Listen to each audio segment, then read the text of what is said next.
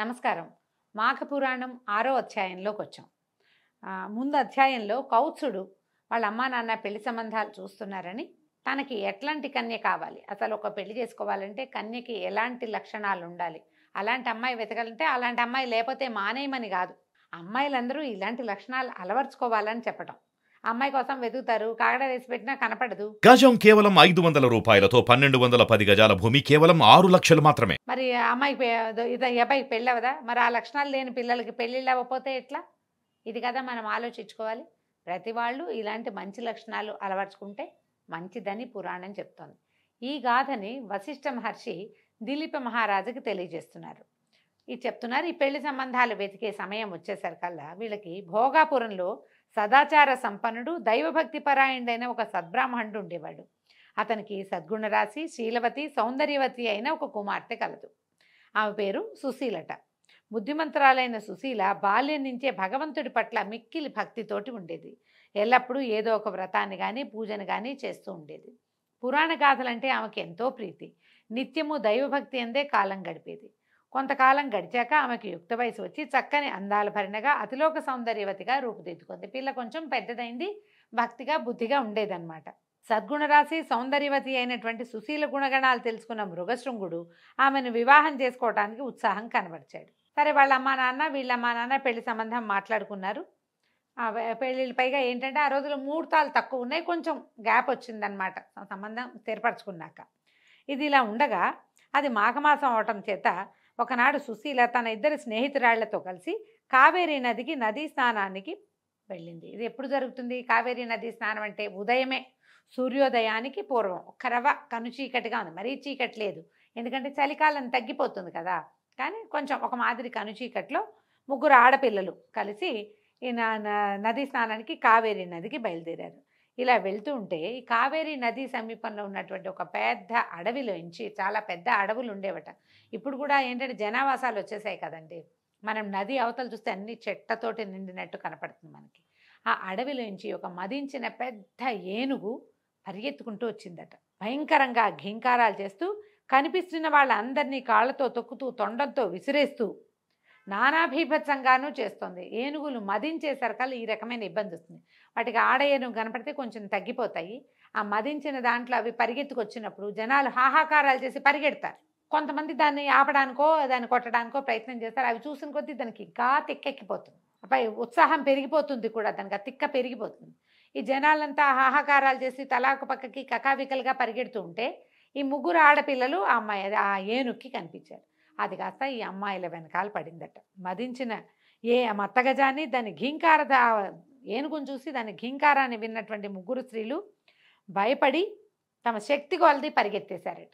నదీ తీరంలో ఉన్నారు. ఇక పిచ్చెక్కినట్టు పరిగెత్తారు. ఎటు పరిగెడుతున్నారో తెలియకుండా, ముందు వెనక చూడకుండా దూరంగా ఏ ఆచ్ఛాదన లేని ఒక దిగుడు బావిలో పడిపోయి మరణించారు. ముగ్గురు అమ్మాయిలు పరిగెత్తారు. మధ్య మధ్యలో చేతులు కూడా పుచ్చుకుని ఉండుంటారు. అంతా కలిసి ఆచ్ఛాదన లేని ఒక దిగుడు బావి ఉంటే బావిలోంచి దిగితే ఏమవదు, దిగితే మరణించరు. వీళ్ళు చూసుకోలేదు అది దిగచ్చని, అదని తెలియలే వాళ్ళకి. ఒక రకమైన పరుగులో ఉన్నారనమాట. బావికి కనుక పైకి ఇట్లా గోడ ఉంటే బావి తగిలి ఆగిపోయేవాళ్ళు. వీళ్ళు బావి దగ్గర ఏ గోడ లేదు, అది ఇట్లా దిగడానికి వీలుగా ఉన్నది. దిగుంటే రక్షింపబడేవాళ్ళు. దిక్కండా ఒకే పరుగు మీద వెళ్ళేసరికల్లా ఒక్కసారి దూకినట్లుగా అయిపోయి అందులో పడిపోయారు ముగ్గురు. ఆమె చాలా లోతుగా ఉంటుందట అది దిగుడు బావి. ఎన్నో వందల మెట్లు ఉన్నటువంటి ఆ బావిలో పడిపోయి అనామకంగా పాపం దిక్కు లేకుండా మరణించారు. ఎప్పుడైతే ఈ ఏనుగు ఇట్లా పరిగెత్తుకొచ్చింది, కావేరీ నదీ తీరంలో ఉన్నటువంటి ప్రజలంతా కకావికలుగా పరిగెడుతున్నారని తెలుసుకుని రాజభటులు, రాజుగారి తాలూకు సంబంధించిన కొంచెం రాజప్రతినిధులు, ఆ ప్రాంతాన్ని పాలించేటువంటి చిన్న చిన్న నాయకులు అందరూ పరుగునొచ్చారు. రాజుగారి శాలలోంచి ఒక ఆడ ఏనుగుని తీసుకొచ్చి ఈ మొగ ఏనుగు, ఈ మదించి కనపడ్డ వాళ్ళందరి వెనకాల పడుతున్న ఏనుగుకి, ఆ ఏనుగు ఇంకో ఏనుగు, మరి ఆడ ఏనుగుని చూపించారు, ఇంకొక పెద్ద ఏనుగుని చూపించారు. దాన్ని చూపించేసరికల్లా ఇది తగ్గిపోయిందనమాట. తగ్గిపోయిన ఆ ఏనుగుని బంధించి ఎవరెవరికి దెబ్బలు తగిలినాయో ఈ సంరక్షణ అంతా చేయటం మొదలుపెట్టారు. క్రైసిస్ మేనేజ్మెంట్ చేస్తారు కదా. మరి ఎవరెవరికి దెబ్బలు తగిలిన వాళ్ళు, కొంతమంది పడిపోయిన వాళ్ళు అది బురదలోకి తొక్కేసింది, కొంతమందిని తొండంతో విసిరేసింది, కొంతమంది వాళ్లే పరిగెడుతూ ఏదో పక్కకి పడిపోయి కాళ్ళు చేతులు విరక్కొట్టేసుకున్న వాళ్ళు ఉన్నారు. నానా గందరగోళంగా తయారైంది నదీ తీరం అంతా. పొద్దున్నే కదా అందరూ మాఘ స్నానాలకు వచ్చిన వాళ్ళు చాలామంది ఉన్నారు, భక్తులు, తపస్సులు, యోగులు, మునులతో పాటుగా సామాన్య ప్రజానీకం కూడా చాలా ఉన్నది. ఈ మొత్తం అదంతా ప్రోగ్రామ్ అంతా సెట్ అయ్యి చూసేసరికల్లా ఇంకా చుట్టుపక్కల వెతికితే ఎవరో చెప్పారు, ఒక 3 అమ్మాయిల దిగుడు బాబు వైపు పరిగెత్తారు అని. ఈ లోపల ఎవరెవరి సంతానము, పిల్లలో, ఇంట్లో ఉన్న వాళ్ళు, పెద్దవాళ్ళు నది తీరానికి వచ్చారో వాళ్ళంతా వెతుక్కుంటూ వచ్చారు. ఈ వెతుకుంటున్న వాళ్ళకి దిగుడు బావిలో పడిపోయి ఉన్నటువంటి ఆ 3 ఆడపిల్లల శరీరాలు కనిపించాయి. ఈ పైకి తెలిసేసరికి ఆ సంగతి తెలిసి వాళ్ళ తల్లిదండ్రులు బావి వద్దకు వచ్చి మృతదేహాలను పైకి తీసి దిక్కులు పిక్కటెళ్ళేలాగా ఏడటం మొదలుపెట్టారు, అయ్యో అని. మృగశృంగుడికి కూడా ఈ వార్త తెలిసింది. పరుగున వచ్చాడు. మరి పెళ్లి కుదుర్చుకున్నారు. అందులో ఒక అమ్మాయి ఇతని కాబోయే భార్య. ఈ రోధిస్తున్న వాళ్ళ బంధువులు చూసి చలించిపోయాడు. ఎంత దుఃఖం వచ్చిందో అతనికి. ఆ విషాదమైన దృశ్యం చూసి చాలా హృదయం కలిచేసింది. ఎందుకు ఇట్లా జరిగింది, ఎలాగైనా వీళ్ళని బతికించాలని నిర్ణయించుకొని వాళ్ళ తల్లిదండ్రులతోటి ఏం చెప్పాడంటే, ఈ మృతదేహాల్ని ఖననం కానీ దహనం కానీ చేయదు. వీళ్ళు కన్యకలే, 3 వివాహం కాని వాళ్ళు, ఖననమే చేస్తారు, ఏమీ చేయదు, మృతదేహాల్ని భద్రపరచండి అని చెప్పాడు. ఆయన ఎట్లాగైనా అంటే ఇంతకుముందు కొంతకాలం తపస్సు చేసి భగవంతుడిని ప్రత్యక్షం చేసుకున్న అనుభవం ఉంది కాబట్టి భగవత్ ప్రార్థన చేసి ఈ 3 అనామకంగా అన్యాయంగా ఒట్టి పుణ్యానికి దిక్కుమాలిపోయి మరణించిన ఈ 3 కన్యకల్ని బతికించాలని నిర్ణయం తీసుకుని తపస్సు చేయడానికి పూనుకున్నాడు ఇతను. అక్కడి నుంచి ఏం చేశాడు, ఏమి చెయ్యొద్దు, ఖననం చేయొద్దు అని చెప్పి తను కావేరీ నదిలోకి నదిలో దిగి ధ్యానం చేయటం మొదలుపెట్టాడు. ఇంతలో ఆ ఏనుగు కాస్త లొంగి వాళ్ళతో పాటు వెళ్తున్నట్టుగా ఉన్నది. మళ్ళీ పిచ్చి పట్టినట్టుగా పిచ్చిగా భీకరంగా ఘీంకారం చేసుకుంటూ ఈ నీళ్లలో తపస్సు చేసినటువంటి మృగశృంగుడి దగ్గర నీటిలోకి పరిగెత్తుకుంటూ వచ్చిందనమాట. ఈయన నీళ్లలో కూర్చున్నాడు, నీటి అడుగును కూర్చుని తపస్సు చేసుకుంటున్నాడు, ధ్యానం చేస్తున్నాడు.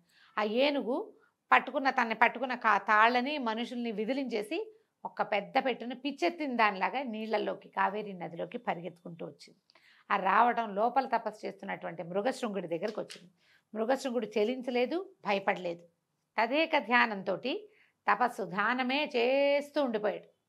ఈ ఏనుగు ఏమనుకుందో ఏం చేసింది, ఆ తన తొండంతో ఈ మృగశృంగుడిని పైకి లేపి తన వీపు మీద కూర్చోబెట్టుకుంది. ఏనుగులు చేస్తాయి కదా, కిందున్న తీసి తన మూపు మీద పెట్టుకుంటాయి.